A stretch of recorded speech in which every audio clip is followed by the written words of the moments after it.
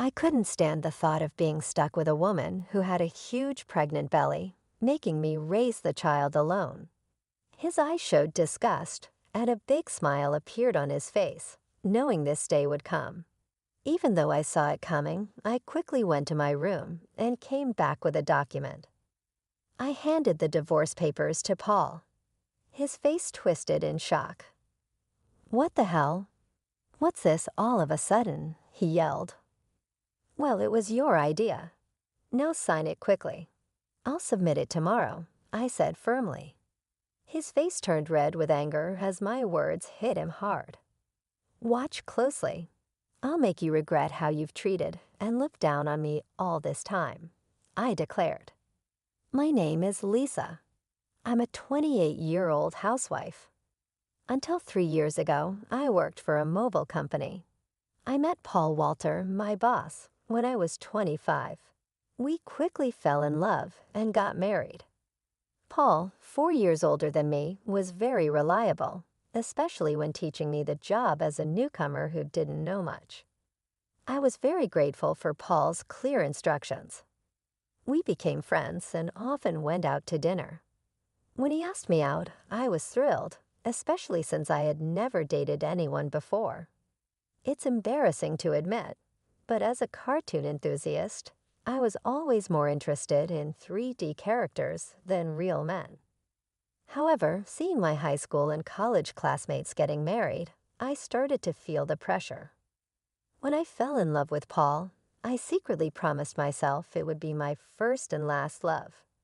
So when we started dating and got married a year later, I was overjoyed. I was extremely happy. Paul was good-looking and popular among our female coworkers.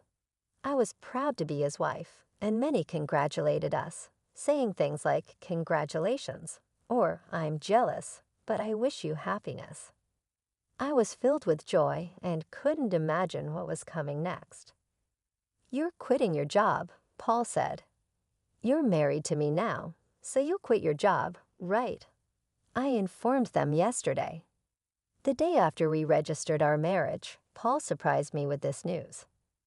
"I've always wanted my wife to focus only on household matters. Don't worry, I can support both of us with my income," he added. "But this is so sudden. You never mentioned this before," I replied, shocked. Paul had never talked about me quitting my job before our marriage. I had taken my current job based on my father's recommendation, and leaving without notice wouldn't be right. I wanted to explain this, but Paul's eyes silently warned me not to argue. Instinctively, I kept quiet. "I should have told you, but it's done. Starting tomorrow, you don't need to go to work." "I'll handle the handover," Paul declared. The news about starting tomorrow was so abrupt it made me feel dizzy. However, Paul's words were firm. Since he had been my boss, I couldn't oppose him. Even though I had to leave my job without a proper goodbye, I was determined to make our marriage work. Paul had entrusted me with household duties, and I wanted to meet his expectations. I worked hard at household chores, preparing meals and focusing on Paul's favorites. Although Paul ate without commenting on the taste, I longed for a word of appreciation. After quitting my job, I was no longer recognized by anyone. One day, Paul asked, "Is my jacket clean? I have an important meeting tomorrow." "Yes, of course," I replied, seeing his domineering side with some old-fashioned views. I reminded myself how lucky I was to have married him and tried to meet his expectations. With no personal income, living normally meant relying on Paul. Our relationship often felt more like that of an employer and housemaid than a husband and wife. Our married life was generally smooth until one day when I fell ill and couldn't get out of bed. I felt very tired and weak.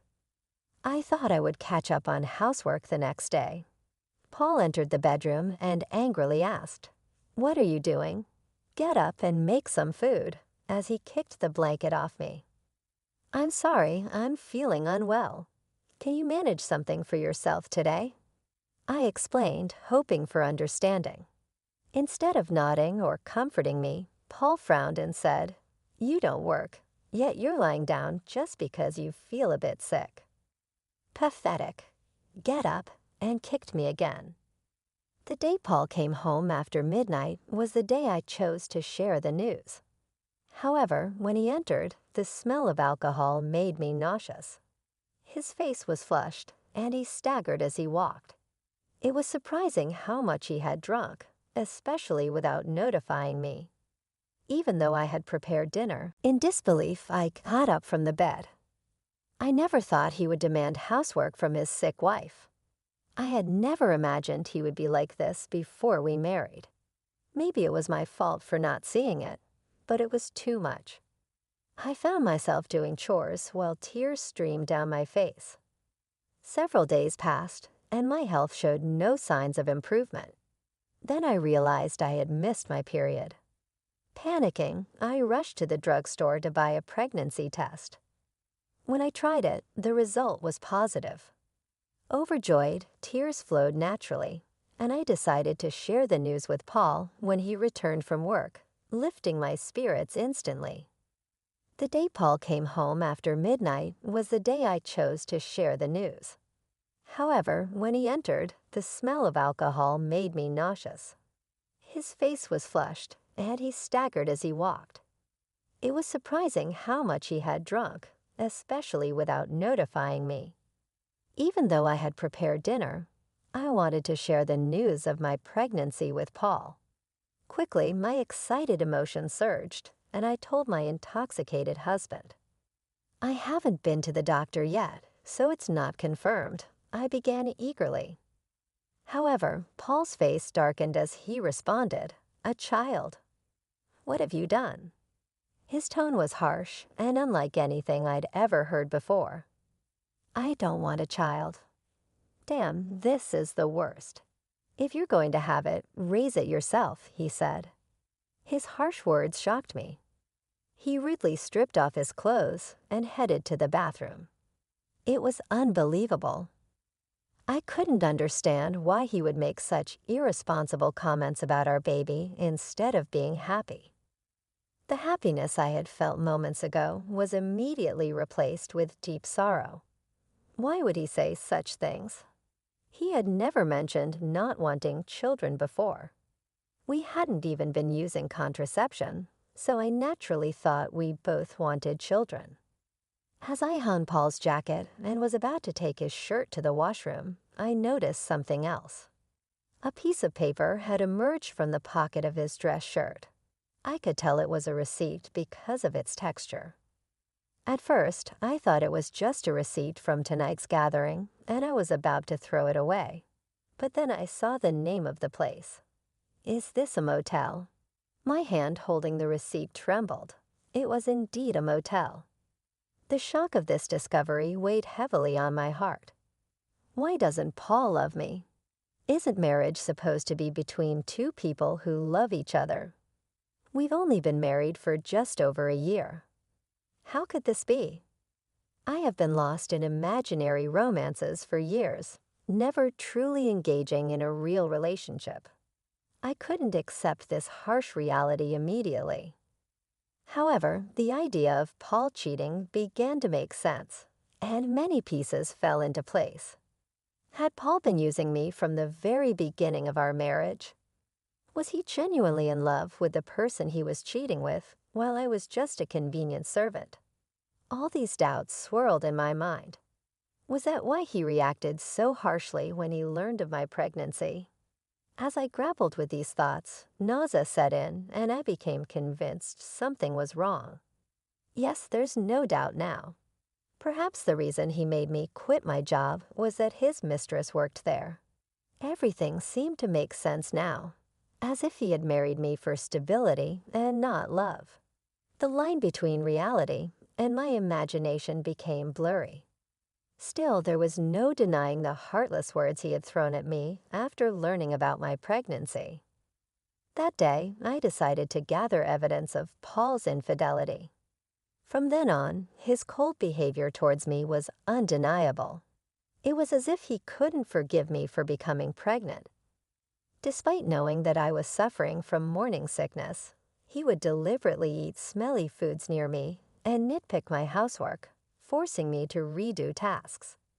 My pregnant body had to endure a lot, and my heart was heavy. Despite this, I continued to investigate his affair. Paul never parted from his cell phone, even taking it with him to the bathroom, making it impossible for me to sneak a peek. When I secretly entered Paul's room, it was neat and tidy with nothing incriminating in sight. He was meticulous at work, and his desk was always in perfect order. I realized it would be challenging to catch him off guard directly.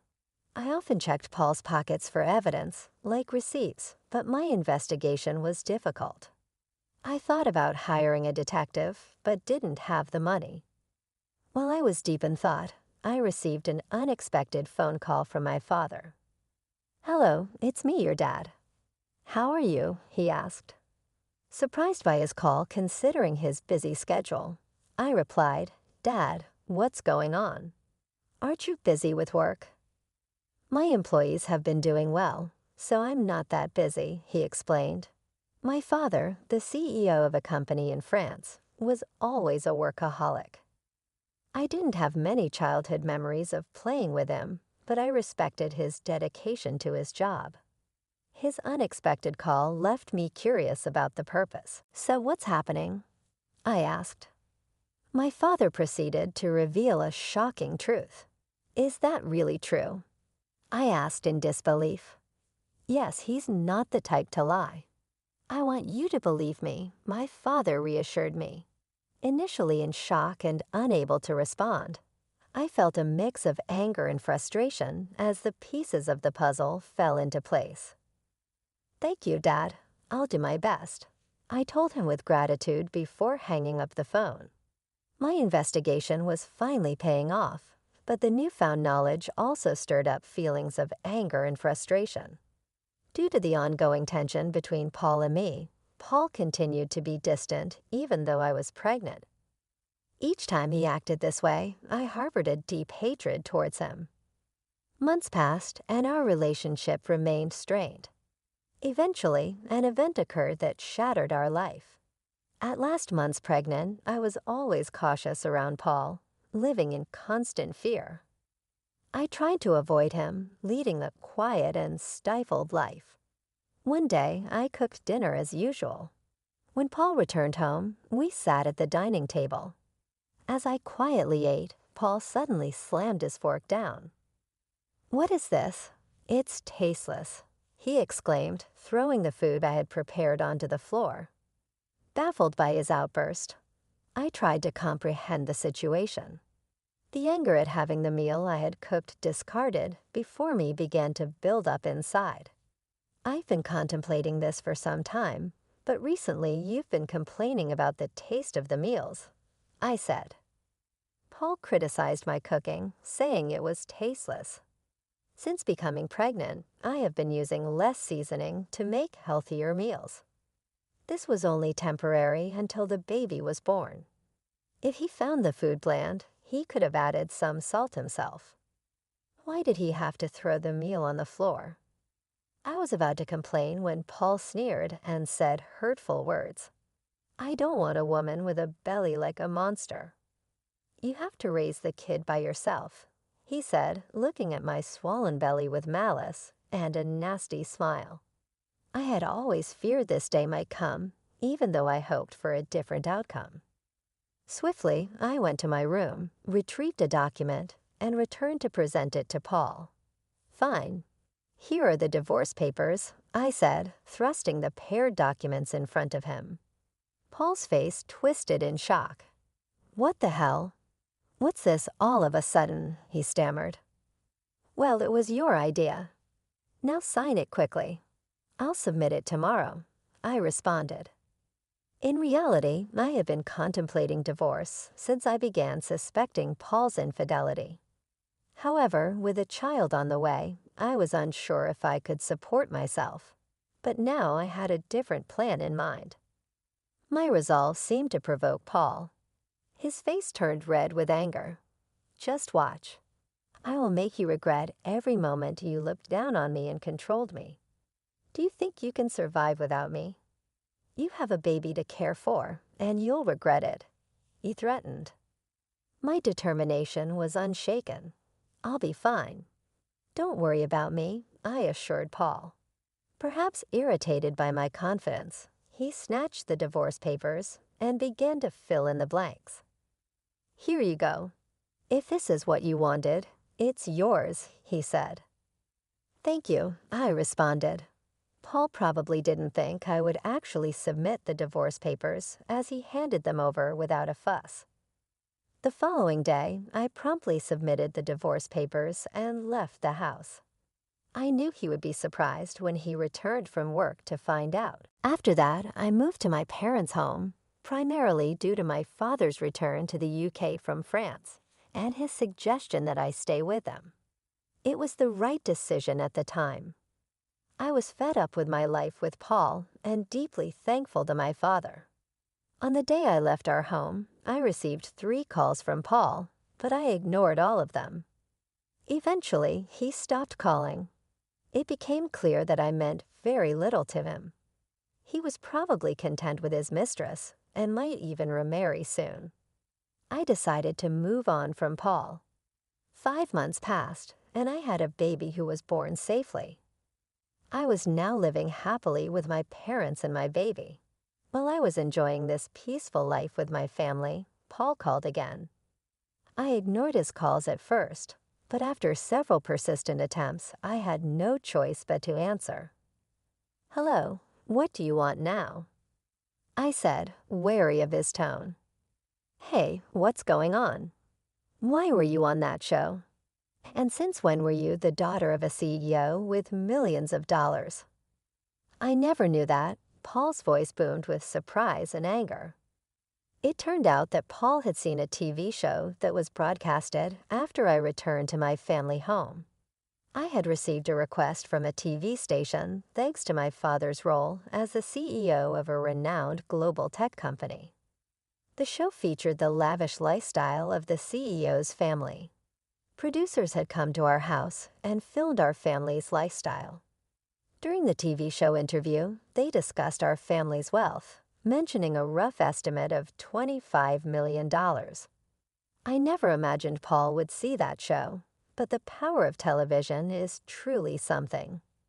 Oh, by the way, I didn't tell you that I have an asset of $45 million due to an advanced inheritance.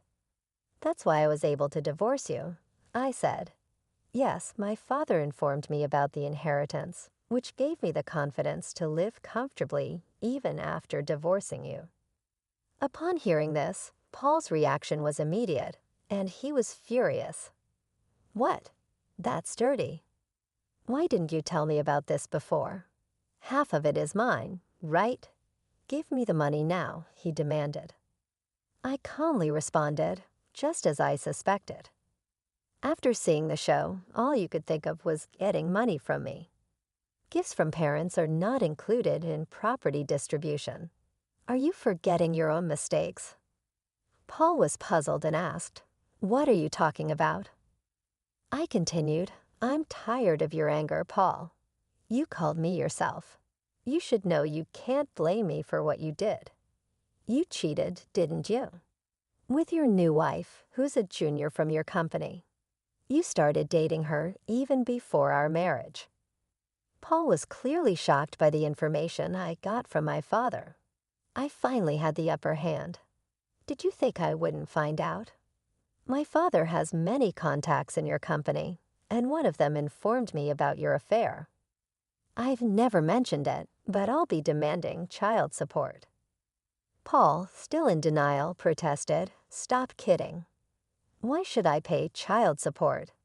It's all because of you, right? You got pregnant on your own and slacked off with household chores. It's all your fault." Hearing Paul blame me without apologizing for his own mistakes was beyond belief. I couldn't believe I was ever married to someone so lacking in common sense. I truly felt it was the right decision to leave him, Paul. I'm broke, my wife spent all the money I earned, and now I'm in debt. he pleaded. Hearing Paul's painful excuse, I went from anger to sheer disbelief. I never wanted to deal with such an unreasonable person again. With that thought in mind, I firmly gripped my phone. What are you talking about? Do you even realize how ridiculous you sound? I never want to deal with you ever again. I'll have my lawyer handle the matter of child support. Never call me again, and you will not see the child anymore. Goodbye. Hey, wait, he called out, but I quickly hung up the phone. Afterwards, I blocked Paul's number and took a deep breath.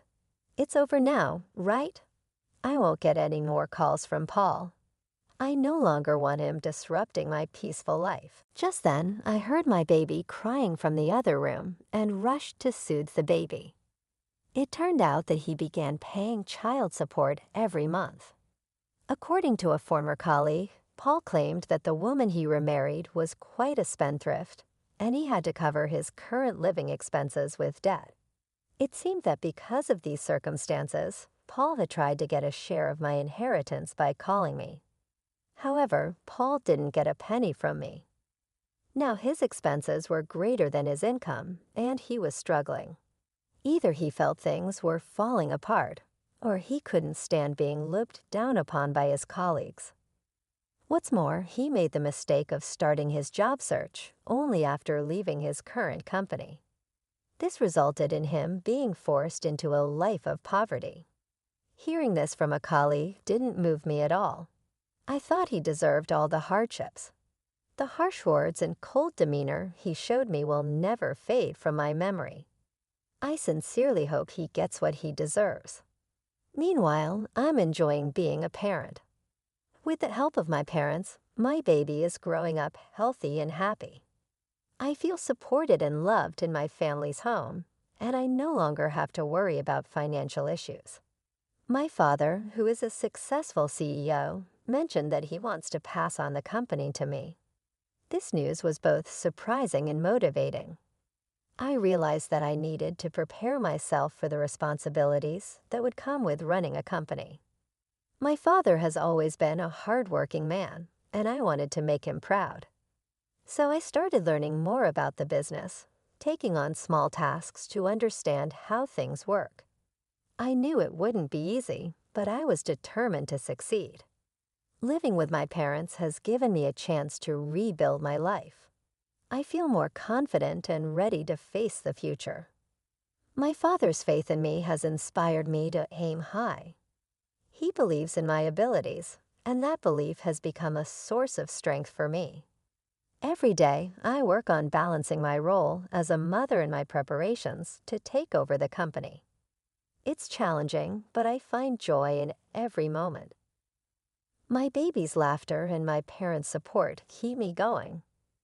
I am grateful for this second chance at life, away from the toxic relationship with Paul. I often reflect on my past with Paul.